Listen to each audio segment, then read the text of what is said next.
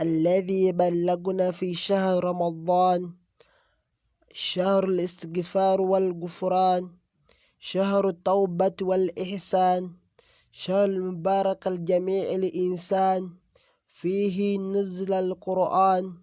أحمده سبحانه وتعالى وأشكره القائل في محكم تنزيله: شهر رمضان الذي أنزل فيه القرآن هدى للناس وبينات من الهدى إلى آخر الآية. أشهد أن لا إله إلا الله وحده لا شريك له، وأشهد أن سيدنا محمد عبده ورسوله، وأشهد أن سيدنا محمد عبده ورسوله صاحب الخلق العظيم. اللهم صل وسلم وبارك على سيدنا محمد. اللهم صل وسلم وبارك على سيدنا محمد وعلى آله وأصحابه أجمعين. أما بعد، فأوصيكم عباد الله ونفسي بتقوى الله جل وعلا. قال الله تعالى: ومن يتق الله يجعل له مخرجا ويرزقه من حيث لا يحتسب. amatendo malundi Allah subhanahu wa ta'ala. Oyo Allah azza wa jalla inikubira nga atusa mwezi guno gwa Ramadhani, shahrul istighfar wal ghufran, omwezi gw'okubeera nga tumegayira Allah okusonyiwa, era omwezi Allah gwasonyiiramu abaddu be, omwezi gw'okwenenya n'okulongoosa, omwezi ogw'emikisa eri buli kitonde kyonna, omwezi gw'emikisa eri buli muntu yenna. Ogwo omwezi Allah subhanahu wa ta'ala gwe yabeera nga asizaamu Qur'ani.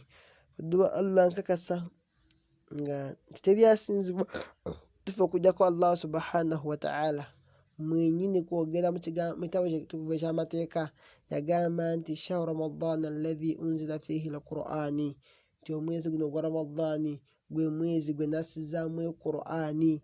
Lidha n'olw'ensonga eyo baganda bange mbakubiriza mwena okubeera nga muyitiriza nnyo osomera mu Qur'ani mu mwezi guno gwa Ramadhani. Adduwa Allah subhanahu wa ta'ala mbakuutira nga nange eseeresere ku nsonga y'okutya Allah subhanahu wa ta'ala.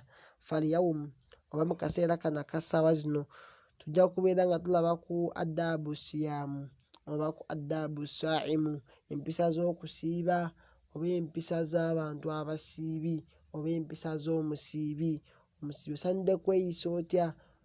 Nabbi waffe Muhammad sallallahu alaihi wasallam abeera nga ategeeza mu hadithi empitirivu. Tujja kubeera nga tulabako ezimu ku hadithi ezikubiriza empisa z'omusiibi, butya omusiibi alina okubeera nga yeeyisa, mpisa ki z'olina okubeera nga oleka, miziro ki gy'olina okubeera nga weerekereza osobole okubeera nga okusiiba kukutuuka. Hadithi esooka egamba: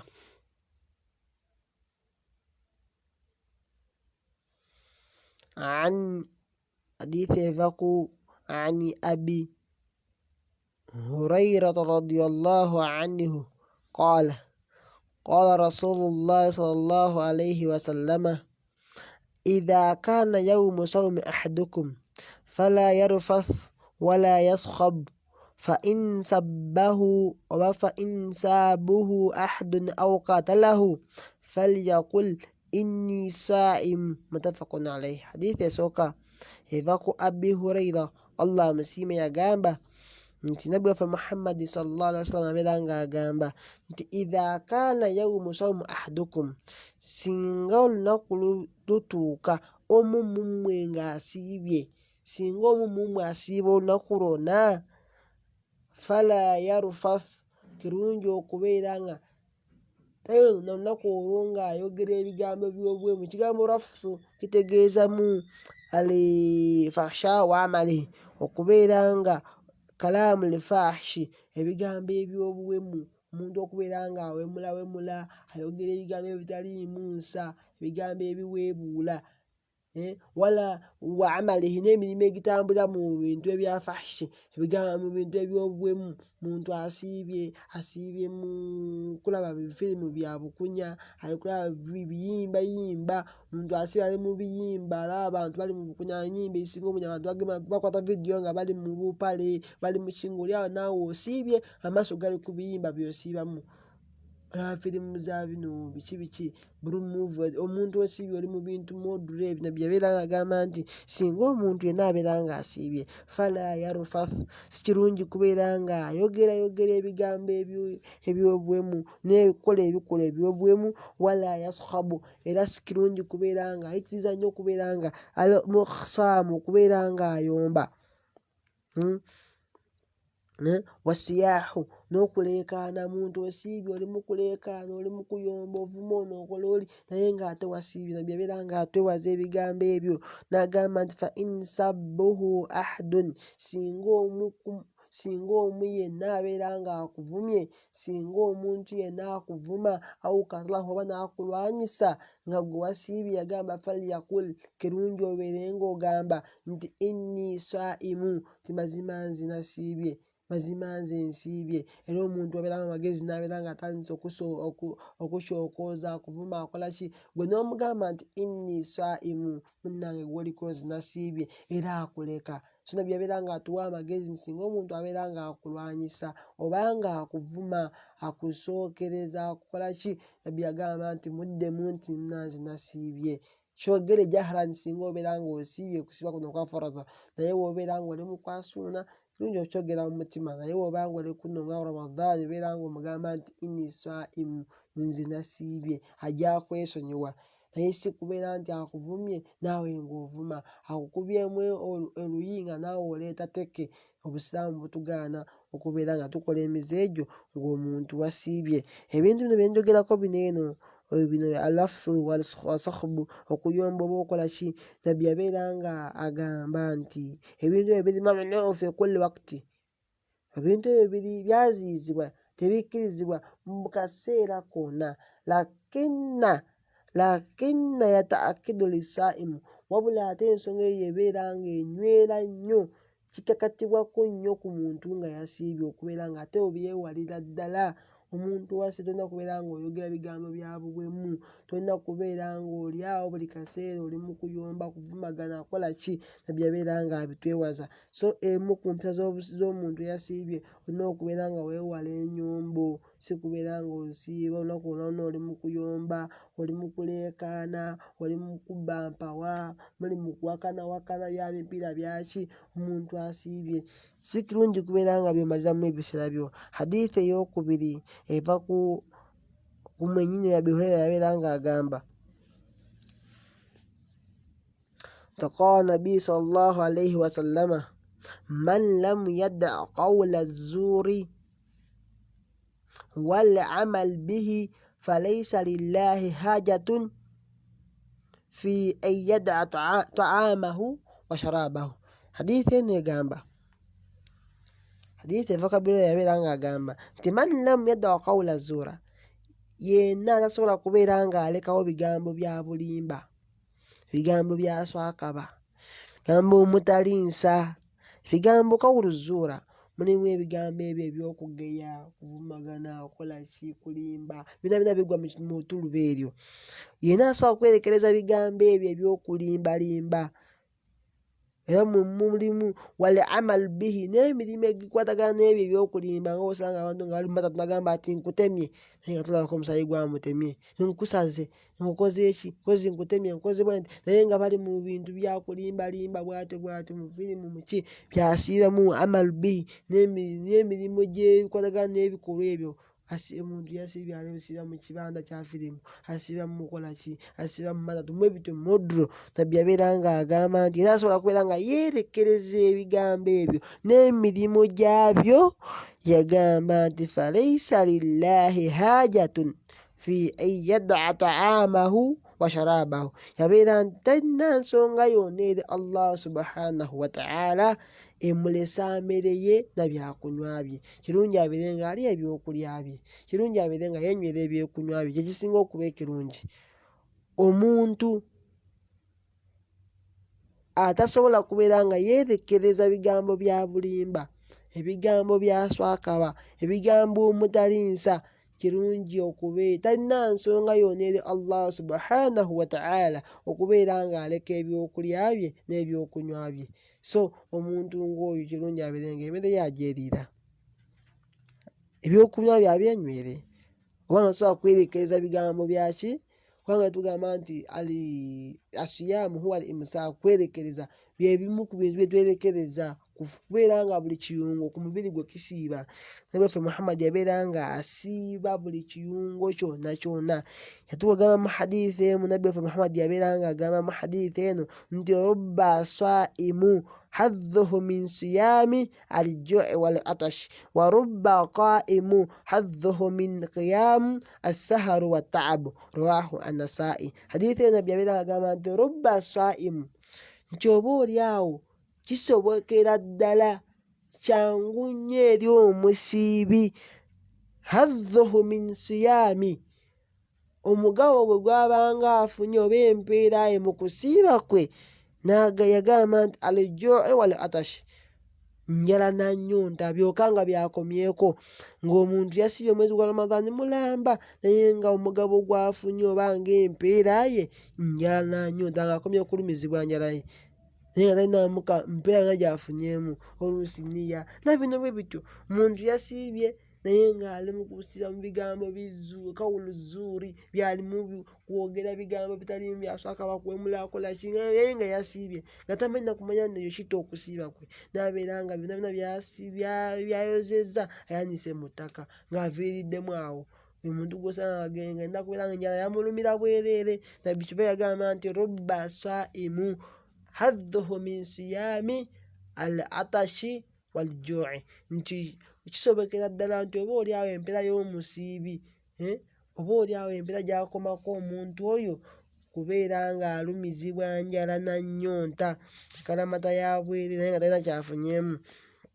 N'agamba nti wa rubba qaimin, era bwe kityo kisobokera ddala oba oli awo empeera y'omuntu yagamba nti wa rubba qaimi, era kisobokera ddala oba oli awo omuntu ayimiridde ekiro ng'asala taraweehe, ekiro kino tahajjudi, hadhuhu min qiyami, omugabo gwe gwafunye oba empeera ye gy'agenda okubeera ng'afuna mu kuyimirirako okwayimiridde, as-saharu wa ta'abu, kutunula butunuzi na kukoowera bwereere, nga ye empeera gy'akomyeko kukoowera awo bigere bimuluma n'atunula butunuzi bw'ati amaaso gali awo naye nga talina kyafunye mu maaso ga Allah subhanahu wa ta'ala. So tulina okubeera nga twegendereza, ekisookerako ddala nniya, n'okubeera ng'oleeta eniya ey'okulongoosa omulimu gwo osobola okukola. Nabbi yabeera nga agamba mu hadithi emu nti mumanyi omu yagamba nti rubba amal qaliila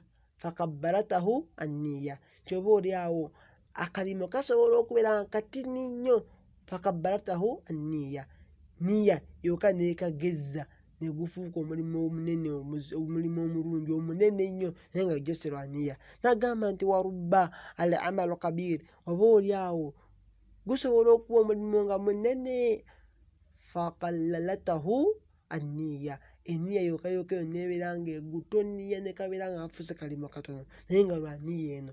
So n'okusiiba kuno wekuli, omuntu asobola okubeera ng'asiibye omwezi gwa Ramadhaani gwonna mulamba n'abeera ng'aviiriddemu awo nga nnyonta yokka na njala nga byokka bye byafunyeemu ng'empeera ye. Nabbi n'agamba nti fakama anna al-batnu yasuumu an al-ta'aami wash-sharaabi, nti era bwe kityo olubuto luno lusiiba, okusiiba kwalwo ani ta'aami wa sharaabi, kubeera nga terufuna kyakulya na kyakunywa, ne lubeera nga olubuto lusiibye nga teruyingiddemu konna konna akayitibwa akaliibwa oba akamere, era nga teruyingiddemu konna konna akanywebwa. So kwe kusiiba kw'olubuto. N'agamba ekyokubiri nti wal faruji yasuumu anil istimtaa'i, n'obwereere bwe butyo busiiba okubeera ng'obukozesa mu makubo aluusi amakyamu, ng'abantu bakola istimuna, masturbation, abantu basiibye bali kukola bino. Okusiiba kw'obwereere buno obeera nga tobukozesa mu kisiibo, ebbanga ly'omala nga wali kweyimusaako tobukozesa mu jima, kwegatta mu nsonga z'obufumbo, obeere nga obuweerere nabwo busiiba. N'agamba nti fakadhalika al-aynu, bwe gatyo n'amaaso gasiiba, fakadhalika al-aynu tasuumu ani nadhari al-haraami, amaaso gasiiba obubeera nga tegatuna ku bintu biri haraamu, ebintu ebyaziyizibwa, amaaso go nobeera nga ogakuumye, sikulingiza, sikulaba bifaananyi bya bukunya, sigenda kulaba firimu bya buwemu, sikugenda kulaba biki pornography. Obeere nga amaaso go ngasiibya nga gakkanyiza, sikulingiza bakazi, sikolaki abakazi nabo batyo. Obeere nga naawe amaaso go nga ogakkanyiza nga tegatunda ku bintu biri haramu. Wal udhunu tasuumu ani samai lmuharrami, era bwe gatyo n'amatu gasiiba, n'amatu gasiiba ani samai lmuharrami, okubeera nga tegawuliriza bintu biri haramu. Amatu go nga tegawuliriza bintu biri haramu. Kasamai lmuziiki wal agaani, ng'okuwuliriza omuziki, okuwuliriza ebidongodongo. Wasiibye taddemu headset mu matu, olisiiba oli mu bidongo. Wal agaani, n'okuwuliriza nyimba, naawe kenyini n'okubeera nga ozimaimingamu, otambula oyimba naye nga wasiibye. So amatu go gabeere nga tegawuliriza bintu biri haramu, tegasiiba ku music, tegasiiba ku nyimba.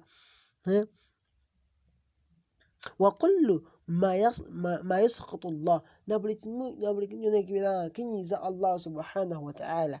Wasiibye oli ku bbaluwa, oyiga bulogo n'enamba n'oziwandiika, omulogo w'egundi, mpozi omusawo w'egundi n'owandiika n'enamba wano eno akola shiriki, eyawonya gundi ono, n'obeera nga naawe oli awo wasiibye, by'oli mu kuwuliriza, oli mu ndobeso, oli mu kuwuliriza biki bya lugambo biki. So obusiraamu bubeera nga bukwewaza omuntu wasiibye okubeera nga ebiyungo byo byonna birina okubeera nga bisiiba, nga byewala ebintu ebiri haramu. N'amaliriza ng'agamba nti wahakadha lisaanu, bwe lutyo n'olulimi yasuumu anil ghaiba wal kadhibi, n'olulimi bwe lutyo lusiiba anil ghaiba, obutageya, n'olukuumo obubeera nga terugeya. Tobeera mu kugeya banno naye nga wasiibye ogeya, obeera nga ali mu kulya, era obeera wasiibulukuse dda. So obeera nga olulimi lwo nalwo nga lusiiba anil ghaiba, mu kugeya, wal kadhibi, n'okubeera nga olimba. Abantu babeerawo nga asiibye naye nga ye mu kulimba buli omu amumanyi, nga n'okusiiba tekukyusa ku mbeera ze, ng'asigala alimba bulimbi. Kati omuntu asiiba ng'ali mu kulimba bulimbi, naye okusiiba aba aviiriddemu awo. Wasaa'iril kalaamu al muharrami, era n'okubeera nga olulimi luno olubeera nga olukuuma obutayogera bigambo byonna ebiri haramu, ng'okuvumagana, okuwemula, okola ki, byonna nabbi abeera nga abituziyiza. N'abeera nga ategeeza nti so omuntu wenna olina okubeera nga osiibisa ebiyungo byo. Nabbi waffe Muhammad, nabbi waffe yasiiba ebisibo 9 n'abagamba, naye ebisibo bye yasiiba 9 ebyo teri agenda kujja yenna asiibe okumwenkana. Allah yabisiima, kubanga nabbi yabeeranga ng'asiiba ng'asiibisa buli kiyungo kye, naye ffe tusiiba buli birala nnyo. Tusiiba mu musiki, tusiiba mu firimu, bya mupiira, kuyomba, kuvumagana, kukola ki. So tusaba Allah subhanahu wa ta'ala abeere nga atuwuliza ebigambo byebyo, era abeere nga atutegeeza mu mitima gyaffe. Saba Allahu azza wa jalla abeere nga atubeera nga abiteeka mu mitima, atuwe obusobozi obubikolerako. Duba Allah subhanahu wa ta'ala, nsaba Allah azza wa jalla abeere nga akkiriza okusiiba kwaffe. Saba Allah atunyweze, alongoose okusiiba kwaffe. Oba oliawo nga tukozeemu ensobi mu kuno, okuddaho genda okujja nga tweteesetese bulungi nnyo. Saba Allahu azza wa jalla atuwe ejjana. Saba Allah atusiime era atusonyiwire ddala, atuteeke mu baddu be abalongoosa, tuteeke mu baddu be asinga okubeera ng'ayagala. Saba Allah atusse mu baddu be abeenenya. Saba Allah tabaaraka wa ta'ala asobozese okumalako omwezi guno gwa Ramadhaani nga tuli balamu, era Allahu azza wa jalla bambi akkirize okusiiba kwaffe, atuwe empeera yaffe. Rabbana atina fid dunya hasana wa fil akhirati hasana wa qina adhaban nar. Rabbana ighfir lana wa liwalidina warhamhum kama rabbawna saghara. Rabbana إننا آمنا فاغفر لنا واكتبنا مع الشاهدين. اللهم إنا نسألك الهدى والتقى والعفاف والغنى والرضا برحمتك يا أرحم الراحمين. وبارك الله فيكم وجزاكم الله خيرا في الدنيا والآخرة. السلام عليكم ورحمة الله وبركاته. أخوكم في الله إبراهيم محمدي كنت.